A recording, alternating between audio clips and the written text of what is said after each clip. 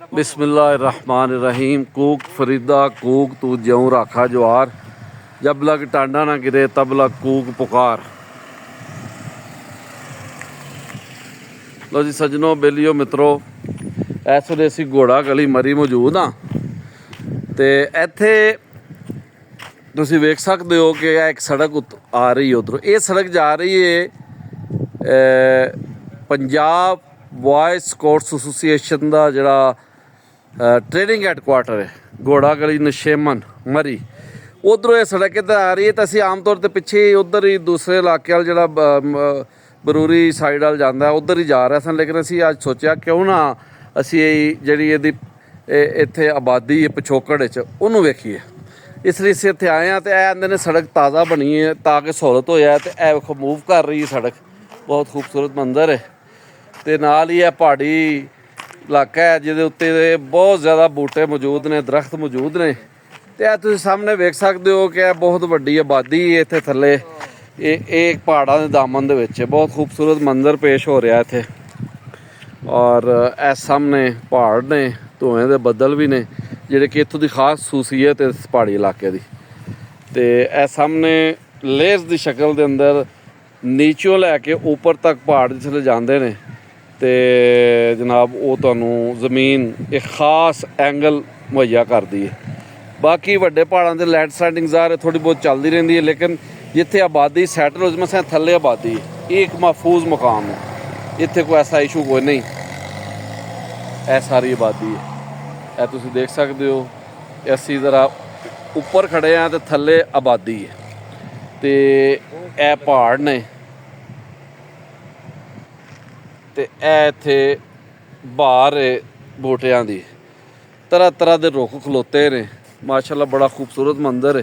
तो मेरे नाल साडे बड़े मुअज़्ज़ज़ साथी जनाब आफत रुखसार अहमद साहब माहर समातियात मौजूद ने। तो इन्हां दे नाल जनाब PT टीचर जनाब बहुत ही मोहतरम दोस्त मुहम्मद अयूब साहब मौजूद ने। तो ट्रेनिंग कैंप दे विच तुसीं इन्हां नूं वेख सकदे हो। तो अयूब साहब तुसीं भी माशाअल्लाह अच्छा महसूस कर रहे हो इस सारे माहौल तो? बहुत अच्छा महसूस कर रहे हैं जी। इतना बड़ा ज़बरदस्त माहौल है, मौसम अच्छा है, सैर करने की जगह है, आना चाहिए लोगों को। बहुत ज़बरदस्त पंजाब की एक लोकेशन बहुत। आप साहब तुसीं भी करीब हो जाओ। बिल्कुल सर जी, मैं भी आया वहाँ तो बड़ा अच्छा फील होया वे यार। ते 2-3 दिन तो असीं इत्थे होए स्काउट कैंप के हवाले दे नाल। ते इत्थों के जिहड़े अफराद ने बहुत अच्छे लोग ने, खाना पीना भी अच्छा मिल रहा है माशाअल्लाह। तो दूसरा मेन जी शै मौसम है सर, बिल्कुल ही ठंडा अच्छा मौसम है। बारिश तुसीं ला लो हर रोज़ बारिश होती है सर। तो ये क्या बात है सर, तुसीं की कहोगे इस हवाले नाल सर? मैं सर जरूर कुछ कहांगा। अयूब साहब आ जाओ। तो असी मैं अक्सर चूंकि मेरा एक मौकफ है अपनी धरती के हवाले नाल, चाहे सोना देश पंजाब होवे, पाकिस्तान सारा होवे। ते सजना बेलियां मित्र मित्रां नूं आना वा कि यार सिर्फ है नहीं कि मेन इलाकों नूं फोकस करना है कि मरी माल रोड ते ही सिर्फ नहीं जाना आप साहब। असी बल्कि कोशिश करनी है कि साडा आ रहे वे कि असी होर इलाके भी एक्सप्लोर करिए, ताकि एक जगह ते एक थां ते टुर पैंदे ने वो एक ते उत्थे रश वधदा है। ते ए हुण घोड़ा गली दा पिछोकड़ है ते देखो बैक ते सारी आबादी है। ते इत्थे जनाब तुसीं वेख सकदे हो कि मोड़दियां सड़कां ने, तरह तरह दियां सड़कां ने। ते ए लेयर्स दी शक्ल दे अंदर जमीन जिहड़ी है ना तुसीं देख लो बल खांदी हुई ओ उत्तां नूं वल खांदी हुई जांदी है। ते ओ दूर धुएं दे बदल और काले बदल वास्ते यानी जितनी इत्थे आबादी मौजूद है, ज़ाहिर है मीलों का फासला लेकर इत्थों सानूं नज़र आ रहा है। तो सो मैं ये जरूर कहांगा कि ये सानूं पूरे इलाकों का विजिट करना चाहिए। और जरूरी नहीं कि मरी जाओ, बल्कि इत्थे आके भी ठहरो। सानूं अल्लाह की नेमतां नूं बगौर देखना चाहिए। लो जी यूब साहब तुहाडा भी यही मौकफ है। तो यह बैक तो देखो ना पहाड़ है, इत्थे विच सड़क है, तो इस तरह थल्ले जिसले मूवमेंट होंदी है ये बड़ा ज़बरदस्त है।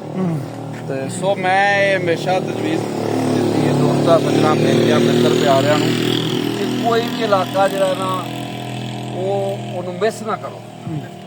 मियां वाले जाते हो, सहराज जाओ, खुशाब जाते हो तो वादी सूंस केसर है, ठीक है ना जी। अगर तुम डेरा गाजी खान वाल उस इलाके वाल जाते हो तो फोर्ट मिनरो जाओ। ਯਾਨੀ ਐਸੇ ਐਸੇ ਇਲਾਕੇ ਨੇ ਕਿ ਜਿਨ੍ਹਾਂ ਨੂੰ ਅਸੀਂ ਭੁੱਲੇ ਬੈਠੇ ਤੇ ਡਿਵੈਲਪ ਕੀਤਾ ਜਾਏ ਤੇ ਡਿਵੈਲਪ ਇਸੇ ਕੀਤਾ ਤਰ੍ਹਾਂ ਜਾਏ ਮਤਲਬ ਤੇ ਵੇਖੋ ਯੂਸਾ ਹਯਾਤੀ ਨੂੰ ਜੀ ਸਹੀ ਤਰ੍ਹਾਂ ਇੰਜੋਏ ਇੰਜੋਏ ਕਰਨਾ ਚਾਹੀਦਾ ਤੇ ਇਹ ਕੋਈ ਮਹਿੰਗਾ ਸੌਦਾ ਵੀ ਨਹੀਂ ਹੈਗਾ ਬਿਲਕੁਲ ਨਹੀਂ ਤੇ ਤੁਸੀਂ ਜਾ ਤੇ ਕਿਧਰੇ ਵੀ ਸਕਦੇ ਹੋ ਲੇਕਿਨ ਬਾਹਰ ਲੰਡਨ ਵੀ ਜਾਓ ਜ਼ਰੂਰ ਜਾਓ ਦੁਨੀਆ ਫਿਰੋ ਉਹਦੇ ਚ ਕੋਈ ਹੱਦ ਨਹੀਂ ਪਾਕਿਸਤਾਨ ਹੀ ਬੜੇ ਬੜੇ ਲੇਕਿਨ ਸਾਡੇ ਆਪਣੇ ਮੁਲਕ ਵਿੱਚ ਔਰ ਇਸ ਦੇਸ਼ ਦੇ ਉੱਤੇ ਆਪਾਂ ਪੰਜਾਬ ਦੀ ਧਰਤੀ ਦੇ ਵਿੱਚ ਕੀ ਬਾਤ ਜਿੱਥੇ ਕਈ ਮੁਲਕ ਅੰਦਰ ਜਾ ਕੇ ਖਾਬ ਨਾ ਡਿੱਠਾ ਮਿਸਲ ਹੁਸਨਾਬਾਦ ਪੰਜਾਬ ਅਜਬ ਪੰਜਾਬ ਹਰ ਮੁਲਕੋਂ ਪਿਆਰੀ ਬਿਸ਼ਤਾਂ ਵਿੱਚ ਹੋਰਾਂ ਨੂੰ ਵੀ ਨਿਆਰੀ ਜ਼ਬਰਦਸਤ ਆਵਾਜ਼ ਦੀ ਹੈ ਗਰਮੀ ਵਿੱਚ ਵੀ ਦਿਲ ਖਾ ਅਜਾਇਬ ਨੀਰ ਠੰਡੇ ਸਾਏ ਵਾਹ ਵਾਹ ਵਾਹ ਤੋ ਸੋ ਇਹ ਧਰਤੀ ਐਸੀ ਹੈ ਕਿ ਇਹ ਧਰਤੀ 5 ਦਰਿਆਵਾਂ ਦੀ ਇਹ ਧਰਤੀ 7 ਦਰਿਆਵਾਂ ਦੀ ਸਤਲੁਜ ਬਿਆਸ ਰਾਵੀ ਚਨਾਬ ਜੇਹਲਮ ਦਰਿਆ ਹਾਕੜਾ ਔਰ ਸਤਵਾਂ ਦਰਿਆ ਸਿੰਧ ਜਿਹੜਾ ਸਭ ਤੋਂ ਵੱਡਾ ਦਰਿਆ ਹੈ ਔਰ ਦੇਖੋ ਅਟਕ ਤੋਂ ਚੱਲਦੇ ਆ ਮੀਲਾਂ ਦਾ ਸਫ਼ਰ ਤੈਅ ਕਰਦਾ ਸਮੁੰਦਰ ਵਿੱਚ ਜਾ ਡਿੱਗਦਾ ਸੋ ਸਾਨੂੰ ਇਹਨਾਂ ਚੀਜ਼ਾਂ ਨੂੰ ਵੇਖਣਾ ਚਾਹੀਦਾ ਹੈ ਬਗੌਰ ਉਹਦੇ ਦਾ ihtimam ਹੋਣਾ ਚਾਹੀਦਾ ਖੁਸ਼ਗਵਾਰ ਬਣਾਉਣਾ ਦੇਖੋ ਮੈਂ ਇੱਥੇ ਇੱਕ ਤਜਵੀਜ਼ ਵੀ ਦਿਆਂਗਾ ਜਿਹੜੇ ਇੱਥੋਂ ਦੇ ਲੋਕਲ ਨੁਮਾਇੰਦੇ ਨੇ MP MNA ਔਰ ਲੋਕਲ ਬਾਡੀਜ਼ ਦੇ ਜਿਹੜੇ ਨੁਮਾਇੰਦੇ ਨੇ ਉਹਨਾਂ ਨੂੰ ਚਾਹੀਦਾ ਕਿ ਇੱਥੇ ਡਿਵੈਲਪਮੈਂਟ ਦੇਣ ਟੂਰਿਸਟ ਪੁਆਇੰਟ ਬਣਨ ਆਪਣਾ ਇਹਨਾਂ ਦਾ ਫਾਇਦਾ ਹੈ ਬਾਹਰ ਵਾਲੇ ਬੰਦੇ ਦਾ ਕੀ ਮਸਲਾ ਅਸੀਂ ਚਲੋ ਕੈਂਪਾਂ 'ਚ ਠਹਿਰੇ ਹੋਏ ਆ ਜਿਹੜੇ ਖੈਮੇ ਨੇ ਬਾਹਰ ਵਾਲਾ ਬੰਦਾ ਇੱਥੇ ਉਦੋਂ ਆਏਗਾ ਜਦੋਂ ਉਹਨੂੰ ਕੋਈ ਜਗ੍ਹਾ ਲੱਭੇਗੀ ਮਾਹੌਲ ਮਿਲੇਗਾ ਔਰ ਉਹ ਸਰਦੀਆਂ 'ਚ ਵੀ ਆਏਗਾ ਸਰਦੀਆਂ 'ਚ ਵੀ ਗਰਮੀਆਂ 'ਚ ਵੀ ਆਏਗਾ ਸਿਰਫ ਹੈਲਪ ਪਾਉਣ ਦੀ ਹਾਂ ਤੇ ਸਿਰਫ ਇਹ ਹੈ ਕਿ ਜਗ੍ਹਾ ਥਾਂ ਲੱਭਣੀ ਚਾਹੀਦੀ ਹੈ ਕੋਈ ਸਿਰ ਲੁਕਾਈ ਦੀ ਤੇ ਸੋ ਇਹ ਬਹੁਤ ਵਧੀਆ ਕੰਮ ਹੈ ਤੇ ਆਪ ਸਾਹਿਬ ਇਖਤਤਾਮੀ ਕਲਮਾਤ ਤੁਸੀਂ ਆਖੋ ਤਾਂ ਕਿ ਫਿਰ ਅਸੀਂ ਇਸ ਇਲਾਕੇ ਦੇ ਹਵਾਲੇ ਨਾਲ ਇਸ ਧਰਤੀ ਦੇ ਹਵਾਲੇ ਨਾਲ ਜਿਹੜੀ ਚੀਜ਼ ਅਸੀਂ ਐਕਸਪਲੋਰ ਕਰ ਰਹੇ ਹਾਂ ਮੈਸੇਜ ਦੇ ਰਹੇ ਹਾਂ ਤੁਸੀਂ ਕੀ ਕਹਿੰਦੇ ਹੋ ਹੁਣ ਸਰ ਬਾਕੀ ਇਹ ਵੇ ਕਿ ਤੁਸੀਂ ਗੱਲ ਕੀਤੀ ਹੈ ਤੇ ਮੈਨੂੰ ਨਹੀਂ ਲੱਗਦਾ ਕਿ ਤੁਹਾਡੀ ਇੰਨੀ ਪਿਆਰੀ ਗੁਫ਼ਤਗੂ ਤੋਂ ਬਾਅਦ ਕੋਈ ਬੰਦਾ ਉਸ ਤੋਂ ਇਲਾਵਾ ਵੀ ਕੋਈ ਬੰਦਾ